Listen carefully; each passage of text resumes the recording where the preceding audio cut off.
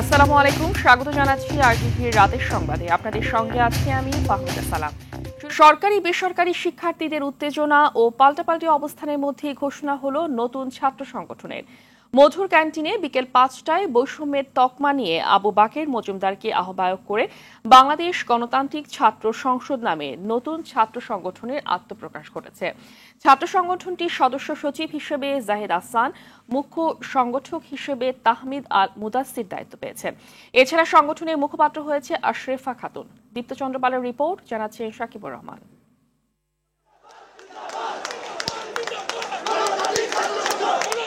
নানা জল্পনা কল্পনার পর উত্তেজনা আর পাল্টাপাল্টি অবস্থানের মধ্যে আত্মপ্রকাশ করল সাবেক সমন্বয়কদের নতুন ছাত্র সংগঠন বাংলাদেশ গণতান্ত্রিক ছাত্র সংসদ। বিকেল ৩টায় সময় দেয়া হলেও ঘোষণা করা হয় বিকেল ৫টার পর।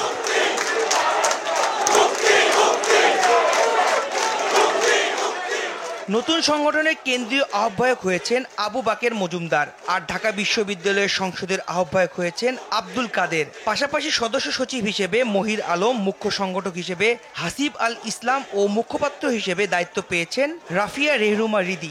এমন একটি রাজনৈতিক বন্দোবস্ত দরকার, যে রাজনৈতিক বন্দোবস্তের মাধ্যমে বাংলাদেশের মুক্তিগামী জনতার, বাংলাদেশের মুক্তিগামী ছাত্রদের স্বার্থ হাসিল হবে। সেই লক্ষ্যে আমরা বাংলাদেশ ফার্স্ট, স্টুডেন্ট ফার্স্ট স্লোগানকে সামনে রেখে আমরা জুলাই অভ্যুত্থানের শক্তি থেকে একটি নতুন এবং ইউনিক ছাত্রদের পক্ষে ছাত্র সংগঠন ঘোষণা দিতে যাচ্ছি। এর আগে নতুন ছাত্র সংগঠনে বেসরকারি বিশ্ববিদ্যালয়ের শিক্ষার্থীদের বঞ্চিত করার অভিযোগ তুলে মিছিল শুরু করে তারা। জানান ছাত্র সংগঠনের নামে বৈষম্য করা হচ্ছে। রামপুরা, মিরপুর, এদের কন্ট্রিবিউশন কি ইয়া করা হচ্ছে না? এদেরকে কোনো ভালো পোস্টে দিছে, ভালো কোনো ইয়া দিছে? এদের সাথে বৈষম্য শিকার হইছে না? ওরা যদি আমাদের সাথে বৈষম্য করে, তার মানে ওদের এই কমিটি পুরো বাংলাদেশের সাথে বৈষম্য করবে।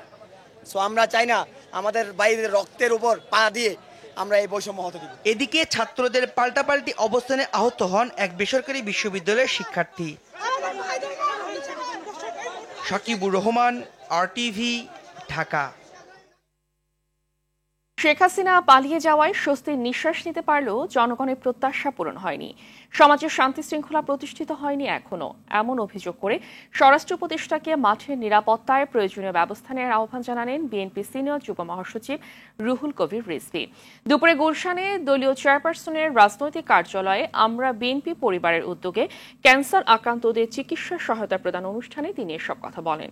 এ সময় বিএনপির যুগ্ম মহাসচিব শহীদ উদ্দিন চৌধুরী আনি, মিডিয়া সেলে আহ্বায়ক মওদুদ হোসেন আলমগীর পাভেল ও আমরা বিএনপি পরিবারের আহ্বায়ক আতিকুর রহমান রুমন উপস্থিত ছিলেন। সামাজিক শান্তি স্বস্তি ফিরে আসবে, এটা তো জনগণের প্রত্যাশা। একটি রাজনৈতিক দল শুধু স্বস্তিতে থাকবে বা কিছু মানুষ স্বস্তিতে থাকবে যারা সরকারের সাথে সংশ্লিষ্ট, তারা তো নয়। সারা জাতি, সাধারণ মানুষ যারা এই 16 বছর এক ভয়ঙ্কর অমানিসার মধ্যে, নৈরাজ্যের মধ্যে দিন কেটেছে, এটা তো কোনো মানুষ প্রত্যাশা করে না বর্তমান অন্তর্বর্তীকালীন সরকারের কাছ থেকে। স্বরাষ্ট্র উপদেষ্টা তিনি একজন ভালো মানুষ, আমরা জানি, সৎ মানুষ নিঃসন্দেহে, কিন্তু তার দক্ষতা প্রমাণ করতে হবে যে তার আইন শৃঙ্খলা বাহিনী যথাসময়ে তারা দায়িত্ব পালন করছে। দীর্ঘ 7 বছর পর কাল অনুষ্ঠিত হচ্ছে বিএনপির বর্ধিত সভা। এতে দলীয় ঐক্য ও নির্বাচন নিয়ে খোলামেলা বক্তব্য তুলে ধরবেন দলটির তৃণমূল নেতারা। তাদের মতামত, চিন্তাভাবনাকে প্রাধান্য দিয়ে দলের ভারপ্রাপ্ত চেয়ারম্যান তারেক রহমান দিক নির্দেশনা দেবেন বলে জানিয়েছেন কেন্দ্রীয় নেতারা। আরও জানাচ্ছেন জাহিদ রহমান। ফ্যাসিস্ট সরকারের আমলে 2018 সালের 3 ফেব্রুয়ারি নির্বাহী কমিটির বর্ধিত সভা ডাকেন বিএনপি চেয়ারপারসন বেগম খালেদা জিয়া। গ্রেফতার আতঙ্ক সত্ত্বেও নির্বাহী কমিটির প্রায় 80% সদস্য উপস্থিত ছিলেন সেই সভায়। এর কয়েকদিন পরই সাজানো দুর্নীতির মামলার সাজায় কারাগারে যান বেগম খালেদা জিয়া। রাজপথে সক্রিয় থাকলেও বাধাগ্রস্ত হয় দলীয় ফোরামের সাংগঠনিক তৎপরতা। 5 আগস্ট ছাত্র জনতার অভ্যুত্থানে স্বৈরাচার শেখ হাসিনা পালিয়ে গেলে বদলে যায় দেশের রাজনীতির চালচিত্র। পরিবর্তিত পরিস্থিতিতে 27 ফেব্রুয়ারি সংসদ ভবনের এলডি হলের প্রাঙ্গণে অনুষ্ঠিত হতে যাচ্ছে বিএনপির বর্ধিত সভা। সংগঠনকে তৃণমূল পর্যায়ে সাংগঠনিক এবং গণতান্ত্রিক উপায়ে শক্তিশালী করা এবং মানুষকে সম্পৃক্ত করা অত্যন্ত গুরুত্বপূর্ণ, তাৎপর্যপূর্ণ বাংলাদেশের রাজনীতির ক্ষেত্রে সকল প্রেক্ষাপট বিবেচনায়। নির্বাচনের জন্য বাংলাদেশের মানুষ মুখিয়ে আছে, সেই নির্বাচনটা কত তাড়াতাড়ি অনুষ্ঠিত করা সম্ভব সরকারের সঙ্গে সেই বোঝাপড়াটার বিষয়েই মূলত আলোচনাটা হবে বলে আমি মনে করি। এই বর্ধিত সভায় বিএনপির ভারপ্রাপ্ত চেয়ারম্যান তারেক রহমান সহ সিনিয়র নেতারা আগামী দিনে রাজনীতি নিয়ে গুরুত্বপূর্ণ দিক নির্দেশনা দেবেন বলে জানান তিনি। ভারপ্রাপ্ত চেয়ারম্যান সাহেব থাকবেন এটি নিশ্চিত, এবং উনি বক্তৃতাও দেবেন এটাও নিশ্চিত, এবং উনিও অধীর আগ্রহে অপেক্ষা করছেন যে এই 15-16 বছর যে নেতাকর্মীরা তার দলের ঝান্ডা তুলে ধরেছিলেন নানা প্রতিকূলতার মাঝেও তারা কি বলেন। রাজনীতির মাঠে আওয়ামী লীগের পরাজয়ের পর দেশের ক্রান্তিকালে বৃহত্তম দল হিসেবে বিএনপিকে জনগণের পাশে বরাবরের মতো আস্থার প্রতীক হিসেবে থাকার নির্দেশনা আসতে পারে এই সভায়। রাজনীতির সকল প্রশ্নেরই উত্তর খোঁজার জন্য আমরা এই বর্ধিত সভার জন্য আয়োজন করেছি। গণতন্ত্রহীনতার বা অতীতের সেই অপরাজনীতির পদধ্বনি আমরা শুনতে পাচ্ছি এইসব কর্মকাণ্ডের মাধ্যমে। সেই জন্য আমরা দেখতে চাচ্ছি যে শেষ পর্যন্ত কোথাকার পানি কোথায় গিয়ে গড়ায়, এটা আমরা দেখার জন্য অপেক্ষা করছি। বিএনপির স্থায়ী কমিটি, নির্বাহী কমিটি, চেয়ারপারসন, উপদেষ্টা কাউন্সিল এবং জেলা উপজেলা পৌর কমিটির প্রতিনিধিরা অংশ নেবেন বর্ধিত সভায়। এছাড়া একাদশ সংসদ নির্বাচনে দলের মনোনীত প্রার্থীরাও বর্ধিত সভায় থাকবেন। বিভিন্ন পর্যায়ে প্রায় 4000 দায়িত্বপ্রাপ্ত সদস্যদের অংশগ্রহণ থাকছে এই সভায়। জাহিদ রহমান, RTV, ঢাকা। স্থানীয় সরকার নির্বাচনের আগে জাতীয় সংসদ নির্বাচন দেওয়ার দাবি জানিয়েছে বিএনপি সমর্থিত সাবেক উপজেলা চেয়ারম্যান, ভাইস চেয়ারম্যান, পুরসভার মেয়র ও কাউন্সিলররা। সকালে জাতীয় প্রেস ক্লাবের সামনে সমাবেশ থেকে এ দাবি জানানো হয়। সেখান থেকে স্মারকলিপি নিয়ে প্রধান উপদেষ্টার বাসভবন অভিমুখে পদযাত্রা করে উচ্চ আদালতের কাছাকাছি গেলে আটকে দেয় পুলিশ। পরে 5 সদস্যের প্রতিনিধি দল স্মারকলিপি নিয়ে প্রধান উপদেষ্টার বাসভবনে যায়। সাবেক স্থানীয় জনপ্রতিনিধিরা জানান, দেশের চলমান সংকট নিরসনে জাতীয় নির্বাচনের কোনো বিকল্প নেই।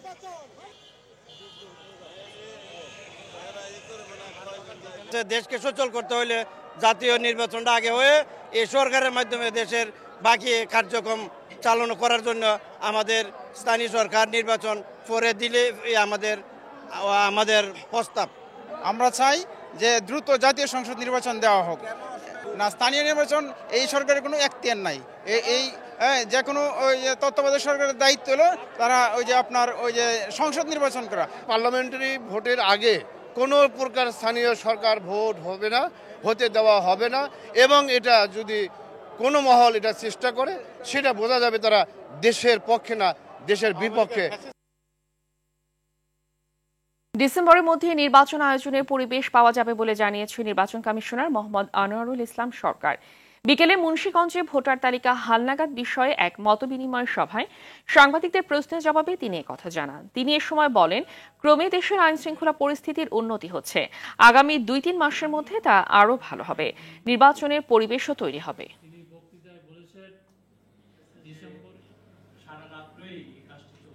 ডিসেম্বরের মধ্যে যদি আমরা শুরু করি তাহলে অবস্থার উন্নতি কিন্তু আস্তে আস্তে হয়েছে, এবং আমরা আশা করি আগামী 2-3 মাসের মধ্যে আমাদের আইন শৃঙ্খলা পরিস্থিতি সহ যে প্রশাসনিক যে চেইন অফ কমান্ড, এটি একটি অন্যান্য সময়ের তুলনায় আরো অনেক উন্নতি হবে, এবং নির্বাচন করার মতো পরিবেশ আমরা ডিসেম্বরের ভিতরে ইনশাআল্লাহ পাব।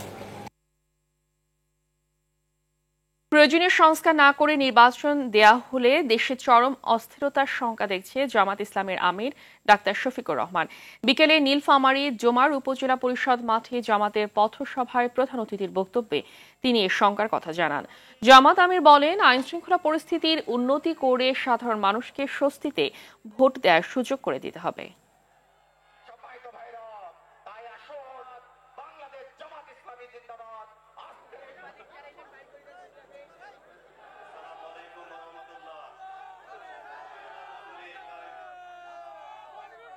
এই অবস্থায় যদি বাংলাদেশে কোনো নির্বাচন হয়, এটা ইলেকশনকে একদম খতম করে দেবে।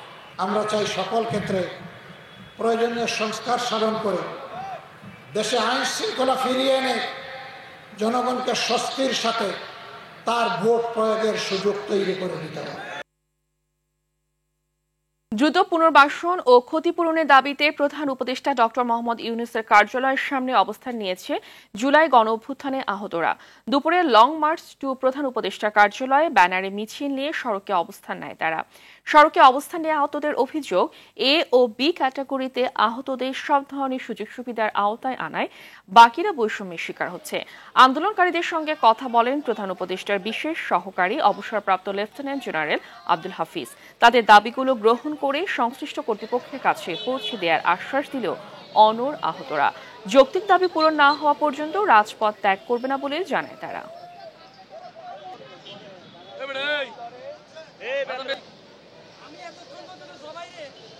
এখন কেন A B C D category হচ্ছে? সি ক্যাটাগরিকে হচ্ছে কোনো ভাতাও দেয়া হবে না, কোনো চাকরিও দেয়া হবে না। যদিও চাকরি দেয়া হয় তারা কাজের বিনিময়ে আমাদেরকে টাকা দিবে। আর অনেকে তো আছে যারা বয়স্ক, তাদের শিক্ষাগত যোগ্যতা কম, অনেকে রিক্সাওয়ালা আছে, অনেকে ভ্যানওয়ালা আছে, তারা তো তাদের যোগ্যতা নাই, তারা তো চাকরি করতে পারবে না।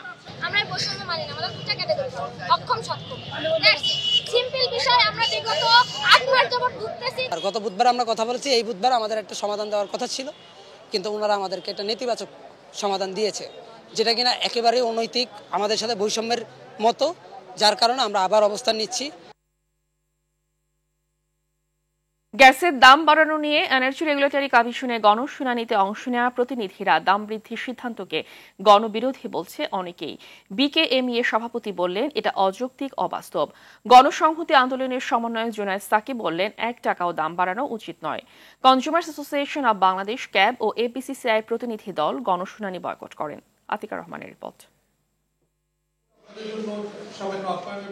শিল্প ও ক্যাপটিভ গ্যাসের দাম বৃদ্ধির প্রস্তাব দিয়েছে পেট্রোবাংলা সহ 6টি গ্যাস বিতরণ কোম্পানি। শিল্প গ্যাসের দাম 30 টাকা থেকে বাড়িয়ে 75 টাকা 72 পয়সা এবং ক্যাপটিভের দাম 31 টাকা থেকে বাড়িয়ে 75 টাকা প্রস্তাব দেওয়া হয়। এই নিয়ে গণশুনানির আয়োজন করে এনার্জি রেগুলেটরি কমিশন। শুনানিতে অংশ নিয়ে শিল্প কলকারখানার মালিক, সিএনজি স্টেশন মালিক, সরবরাহ প্রতিষ্ঠান, জ্বালানি বিশেষজ্ঞ ও রাজনীতিবিদ, কনজিউমার অ্যাসোসিয়েশন ও এফবিসিসিআই দাম বাড়ানোর বিরোধিতা করেন। তারা বলেন দাম বৃদ্ধি অযৌক্তিক। আমদানিকৃত এলএনজি এবং আমরা যেটা প্রাকৃতিক গ্যাস, আমাদের দেশের সম্পদ, দুটাকে ব্লেন্ডিং করে দিলে পরে সর্বোচ্চ 22 টাকার মতো আসে।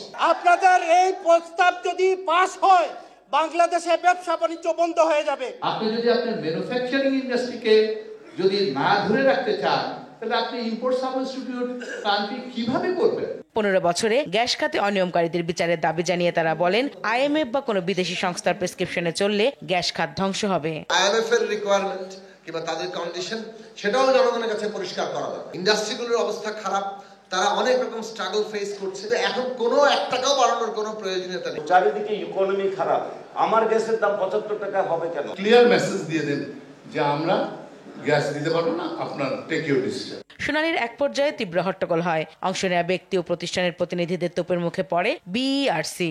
দাম বৃদ্ধির সিদ্ধান্তকে গণবিরোধী বলে এফবিসিসিআই প্রতিনিধিরা শুনানি বয়কট করেন।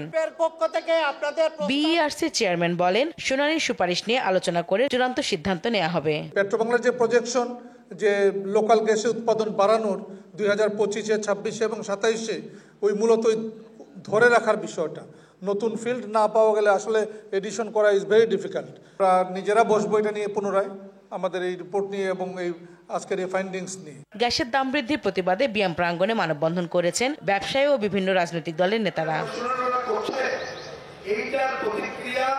আতিকা রহমান, আইটিভি, ঢাকা। 4 দিনের সফরে আগামী 13 মার্চ ঢাকায় আসছেন জাতিসংঘ মহাসচিব অ্যান্তোনিও গুতেরেস। স্থানীয় সময় মঙ্গলবার এক সংবাদ বিজ্ঞপ্তিতে নিউ ইয়র্কে জাতিসংঘে বাংলাদেশের স্থায়ী মিশন এ তথ্য জানায়। বিজ্ঞপ্তিতে বলা হয় জাতিসংঘ মহাসচিবের দপ্তর আগামী 13 থেকে 16 মার্চ মহাসচিব অ্যান্তোনিও গুতেরেসের আনুষ্ঠানিক বাংলাদেশ সফরের বিষয়টি নিশ্চিত করেছে। বাংলাদেশের অন্তর্বর্তী সরকারের প্রধান উপদেষ্টা ডক্টর মোহাম্মদ ইউনূসের আমন্ত্রণের প্রেক্ষিতেই ঢাকা সফর করবেন জাতিসংঘ মহাসচিব। বিজ্ঞপ্তিতে আরও বলা হয় গেল 7 ফেব্রুয়ারি প্রধান উপদেষ্টার রোহিঙ্গা ও অগ্রাধিকার ইস্যু বিষয়ক বিশেষ দূত ডক্টর খলিলুর রহমান নিউ ইয়র্কে জাতিসংঘ মহাসচিবের সঙ্গে সাক্ষাৎ করেন এবং অধ্যাপক ইউনূসের পাঠানো আমন্ত্রণপত্র হস্তান্তর করেন। তথ্য ও সম্প্রচার মন্ত্রণালয়ের দায়িত্ব পেলেন উপদেষ্টা মাহফুজ আলম। নাহিদ ইসলাম পদত্যাগ করায় মাহফুজ আলম তার স্থলাভিষিক্ত হয়েছেন। বিকেলে মন্ত্রিপরিষদ বিভাগে প্রজ্ঞাপনে জানানো হয়, অন্তর্বর্তী সরকারের প্রধান উপদেষ্টা বিভিন্ন উপদেষ্টাদের মধ্যে দপ্তর বন্টন করে মাহফুজ আলমকে এই দায়িত্ব দিয়েছেন। ডাক, টেলিযোগাযোগ ও তথ্য প্রযুক্তি মন্ত্রণালয়ের দায়িত্ব নিজের কাছে রেখেছেন অধ্যাপক ডক্টর মোহাম্মদ ইউনুস। গত বছরের 10 নভেম্বর মাহফুজ আলম উপদেষ্টা হিসেবে শপথ নেন। এর আগে অন্তর্বর্তী সরকার গঠনের 20 দিনের মাথায় 28 আগস্ট প্রধান উপদেষ্টার বিশেষ সহকারী পদে তাকে নিয়োগ দেওয়া হয়েছিল। ঢাকা বিশ্ববিদ্যালয়ের আইন বিভাগ থেকে স্নাতক করেছেন তিনি। বৈষম্য বিরোধী ছাত্র আন্দোলনের ব্যানারে 24 স্বৈরাচার পতন আন্দোলনে গুরুত্বপূর্ণ ভূমিকা রাখেন মাহফুজ।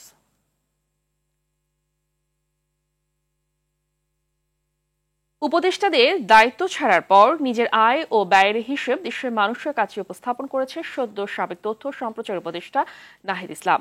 অভ্যুত্থানে নেতৃত্ব দানকারী ছাত্র জনতার নতুন দলের দায়িত্ব নেয়ার আগে তিনি বিগত 7 মাসের হিসাব ফেসবুক অ্যাকাউন্টে তুলে ধরেন। নাহিদ ইসলাম জানান, উপদেষ্টার পদে যোগদানের আগে তার কোনো ব্যাংক অ্যাকাউন্ট ছিল না। 21 আগস্ট উপদেষ্টার পদের সম্মানী গ্রহণের লক্ষ্যে সরকারিভাবে সোনালী ব্যাংকের একটি ব্যাংক অ্যাকাউন্ট খোলেন তিনি। উক্ত অ্যাকাউন্টে 21 আগস্ট 2024 থেকে 26 ফেব্রুয়ারি 2025 সাল পর্যন্ত 10,06,886 টাকা জমা হয়েছে এবং 9,96,100 টাকা উত্তোলন করা হয়েছে। সোনালী ব্যাংকের এই অ্যাকাউন্টটি ছাড়া অন্য কোনো অ্যাকাউন্ট নেই জানিয়ে নাহিদ ইসলাম লেখেন, উপদেষ্টা হিসেবে দায়িত্ব পালনকালীন সময়ে তার বা তার পরিবারের কোনো সদস্যদের নামেও দেশের কোথাও কোনো জমি বা ফ্ল্যাট ক্রয় করা হয়নি। এছাড়া তার একান্ত সচিবের ইসলামী ব্যাংকের অ্যাকাউন্টে 36,028 টাকা রয়েছে। অপহরণের 2 ঘণ্টা পর ফের গাজীপুর আদালত প্রাঙ্গণে 2 ভাইকে রেখে গেছেন বাদীপক্ষ। বিকেলে তাদের আহত অবস্থায় উদ্ধার করে হাসপাতালে ভর্তি করে স্থানীয়রা। 2 ভাই হলেন শ্রীপুর উপজেলার তেলিহাটি এলাকার মালিক মিয়ার ছেলে মিলন মিয়া ও বাবুল মিয়া। এর আগে দুপুরে মামলায় জামিন হওয়ার পর আদালত প্রাঙ্গণে মারধর করে আইনজীবীদের সামনে থেকে তাদের 2 ভাইকে তুলে নিয়ে যায় বাদী নাজমুল হক ও তার লোকজন। পুলিশ জানিয়েছে, 2 ভাইকে ধরে নিয়ে যাওয়ার কিছু সময় পর ছেড়ে দিয়ে হামলাকারীরা পালিয়ে গেছে। জমি সংক্রান্ত বিরোধের জেরে তাদের বিরুদ্ধে মামলা করেন বাদী নাজমুল হক, কিন্তু আদালতে জামিন দেয় এই তুকলাকাম কাণ্ড ঘটান তিনি।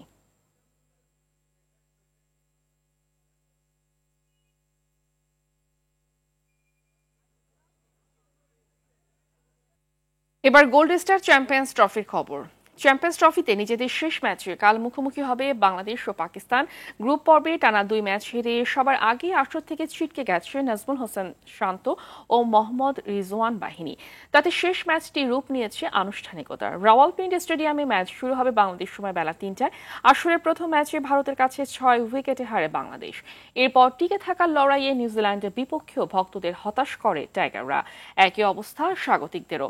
তবে বাংলাদেশের বিপক্ষে ম্যাচটি গুরুত্বপূর্ণ বলে মনে করছে পাকিস্তানের প্রধান কোচ আকিফ জাভেদ। জয় দিয়ে আসর শেষ করতে চান তিনি।